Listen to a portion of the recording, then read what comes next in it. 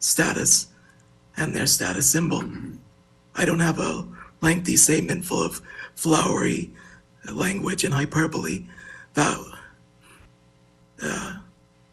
I want the court to consider. However, I would say that these women are lying and that what they have done is unjust, unkind, and not plausible in the eyes of the law.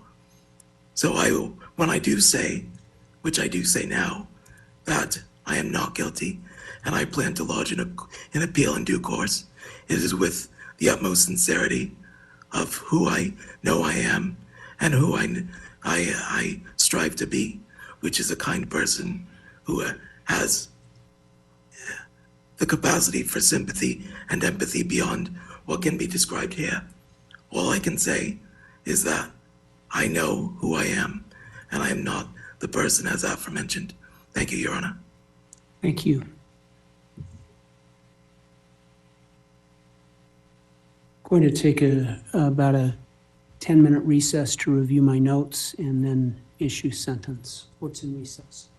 All right.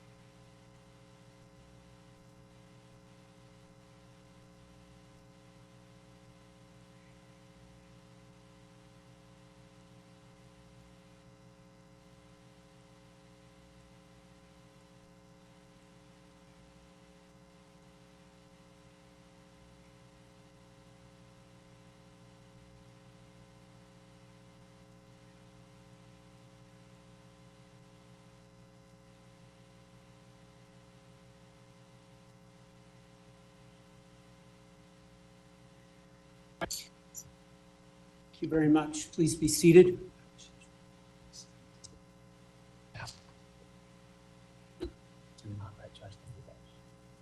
Judge, we're just meeting on Mr. Diaz. Great. He just went to the restroom. He'll be right back. Okay, thank you.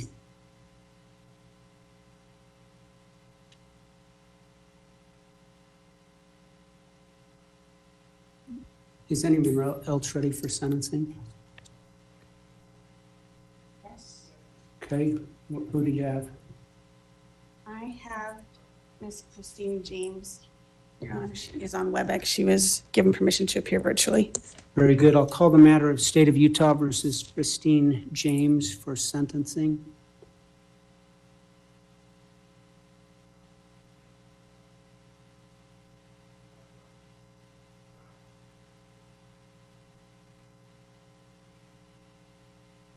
Ms. James, can you turn on your camera and microphone, please?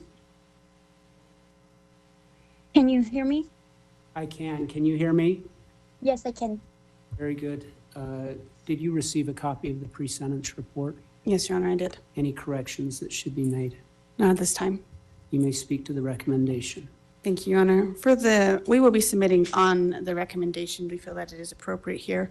I just wanted to give the court some updates. The reason she is appearing remotely is because she has moved to California. She has family out there, a much better support system than she has here. She was in inpatient treatment out there due to one of her children having to get pretty intensive foot surgery and needing to have intensive care. She did have to leave that, but she completed around 60 days. And she's currently in an outpatient treatment, New Life Rehabilitation. She's been doing that since she left inpatient, which was about a month ago. She goes to treatment 3 times a week. That's where she has group. And she is in the process of looking for an NA. She just hasn't found one that's relatively close to where she's living. And so the rehabilitation center is working to get her connected with some more online communities in that sense. She'll be finishing her college degree in May. And then her children, in this case, have been returned to her. She's gone through everything with DCFS and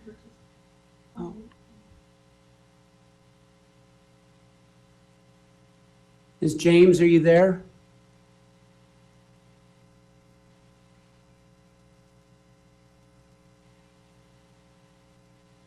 Can you hear me? I can. Can you hear me? Yes. Okay, I'm sorry about that. Go ahead. And so her children have been returned. She's gone through everything with DCFS. And as far as I'm aware, there have been no other issues in that sense. And so we just wanted to give the court the update, again, to support what APMP has said here. And she has contacted them. She's aware of the compact and what that means. And so with that, I have nothing else to add unless the court has questions, and then we'll submit on the PSI. If she's placed on supervised probation, she's going to need to come back here, right, to be compacted? I don't believe so. It sounds like from my conversations with her and what I've had with other clients in the past is as long as they tell the APMP agent, and this is something that they've established, that they are out of state and give them records of that, then they can do that video and compact that. Okay. And then I apologize. One other thing I would like to note, in our initial plea agreement, there was a 402 concession that if she completed RDU, that she'd be able to get that 402. She wasn't able to go into RDU because she ended up moving, ends up having her treatment out in California. I have talked to the state, and we have a stipulation that as long as she completes outpatient treatment, which she'll be in for 6 to 9 months, then at the end of that time, the 402 reduction can go into place. And I just would like to put that on the record. Okay, thank you. From the state. The state would submit on APMP's recommendation. I think it's appropriate in this case. Thank you. Ms. James, you have the right to speak at your sentencing. You're not required to do that. Is there anything more that you would want me to know? No, Your Honor. This matter comes before the court for sentencing. The court has reviewed the pre-sentence investigation report. I find the recommendation to be appropriate. The sentence is 0 to 5 years in the Utah State Prison and a $5,000 fine on the third-degree felony, 365 days in the county jail, and a $2,500 fine on the Class A misdemeanor. I will stay execution of the maximum sentences, place Ms. James on supervised probation with the Department of Adult Probation and Parole. The terms of your probation are that you obtain a mental health evaluation and comply with recommended treatment. Cooperate with the Department of Workforce Services or a similar provider in the state of California to assist you in obtaining employment. Engage in approved pro-social activities. Successfully complete outpatient treatment through New Life Rehabilitation. I trust that a substance abuse evaluation has been completed, but if that has not been done as part of her treatment, it should be done and provided to APMP. The court will not impose a fine because the defendant lacks the ability to pay. 2 days in the county jail with credit for 2 days served. Don't use, consume, or possess alcohol or go to places where alcohol is the chief item of sale. Don't frequent high drug traffic areas or associate with people who are using or selling illegal controlled substances. Report and take all medications as prescribed to you by a single prescribing physician disclosed to APMP. Ms. James, you need to report to adult probation and parole within 24 hours. I will authorize you to do that by telephone. Cooperate fully in signing the probation agreement and being compacted to the state of California. You have 30 days to appeal the sentence of the court if you believe I've made a mistake. Do you have any questions? No, Your Honor. Okay, good luck to you. Thank you. Your Honor. Thank you. 36 months with early termination review after 18. Okay, thank you. Thank you, Your Honor. We'll return to the matter of State of Utah versus Nicholas Rossi. Mr. Rossi is present with his counsel. The state's lawyers are present.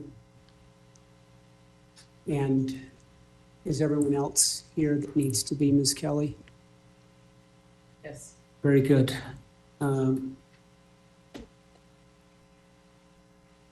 This matter comes before the court for sentencing.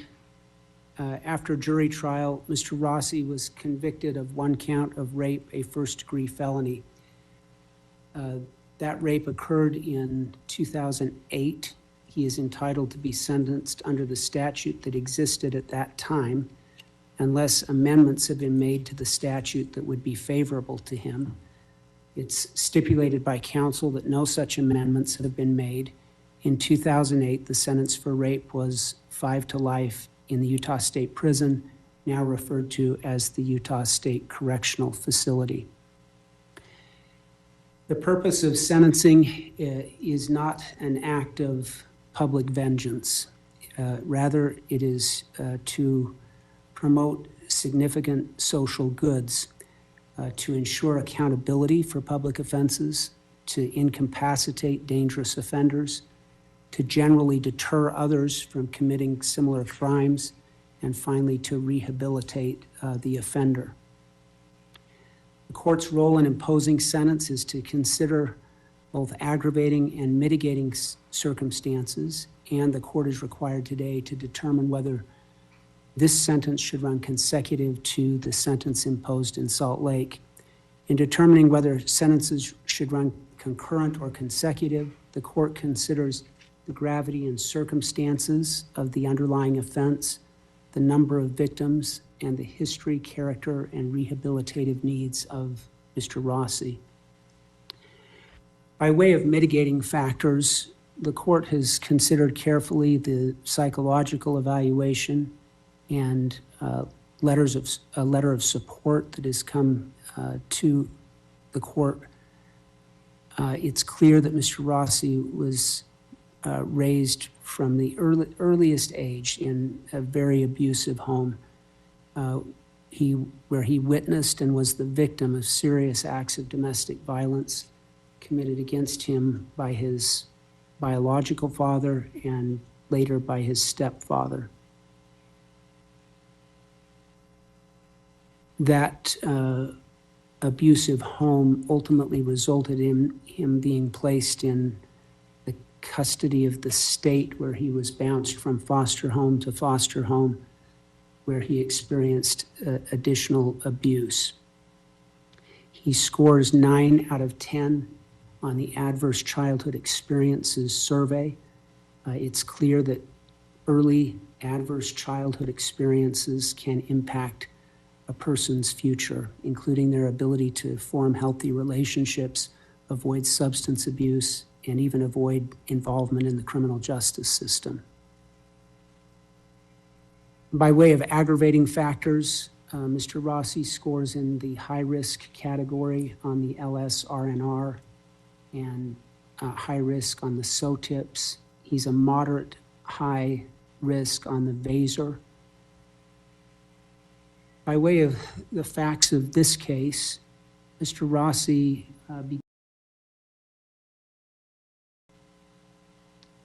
with the victim in this case. This was 17 years ago.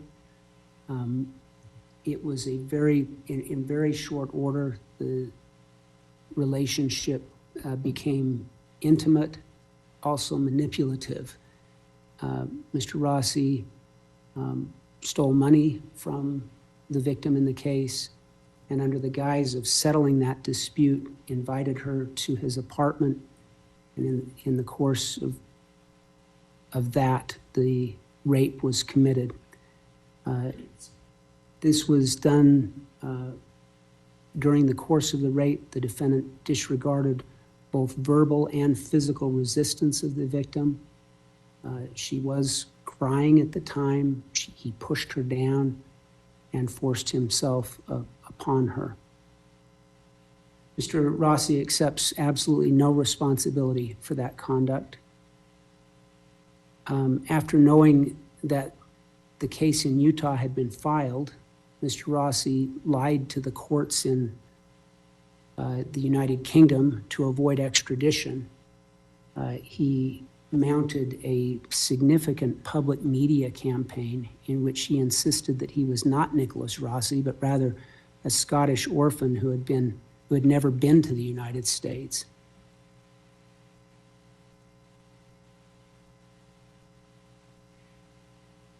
The number of victims in this case is 1, which leads the court to the history and character of Mr. Rossi. In considering his history and character, the court appropriately considers the letter evidence from 9 other women who, independent of each other, have come forward to report that the defendant sexually assaulted them.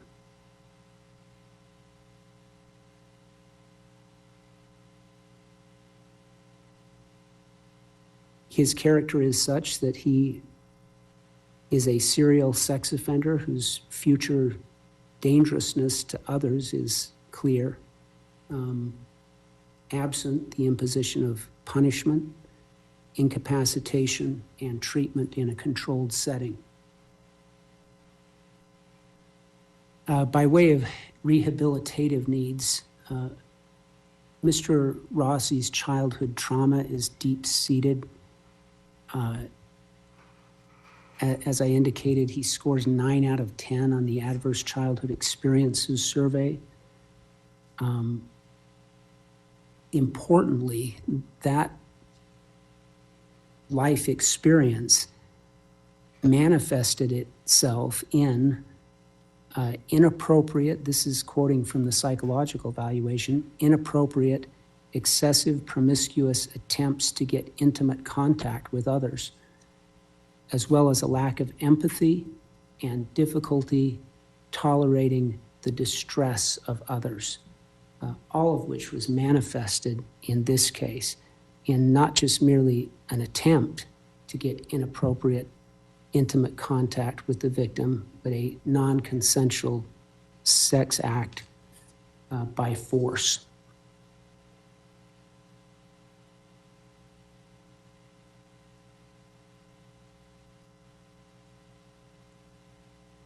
Finally, with respect to aggravating factors, the whole purpose of the judicial system and the right to jury trial is to ascertain truth. When a person lies in court, he undermines this truth-seeking function and thereby erodes the public's trust and confidence in the judiciary and judicial processes. Mr. Rossi sought to thwart the truth-seeking function of the courts by misrepresenting his identity during extradition. He mounted a public media campaign in which he falsely represented his identity. He claimed to be the victim of a monumental miscarriage of justice. And he persisted in that lie here in Utah until it could no longer plausibly be maintained in the face of facts. Mr. Rossi, if victimhood is the new status symbol, then it was a status that you falsely claimed for yourself in an effort to avoid conviction. And it is a status rightfully claimed by Ms. Butters and many others, not by choice, but because you forcefully raped her. The jury heard evidence, it found facts, and it ascertained the truth about your criminal conduct. The jury found you guilty of rape, and today, sentencing is imposed in light of that truth. For all these reasons, the court sentences Mr. Rossi to a term of not less than 5 years, in which may be for his natural life in the Utah State Correctional Facility. The court orders that this sentence run consecutive to the prison term imposed in the Salt Lake case. The continuous protective order is granted. Credit for time spent in Utah custody of 663 days is recommended.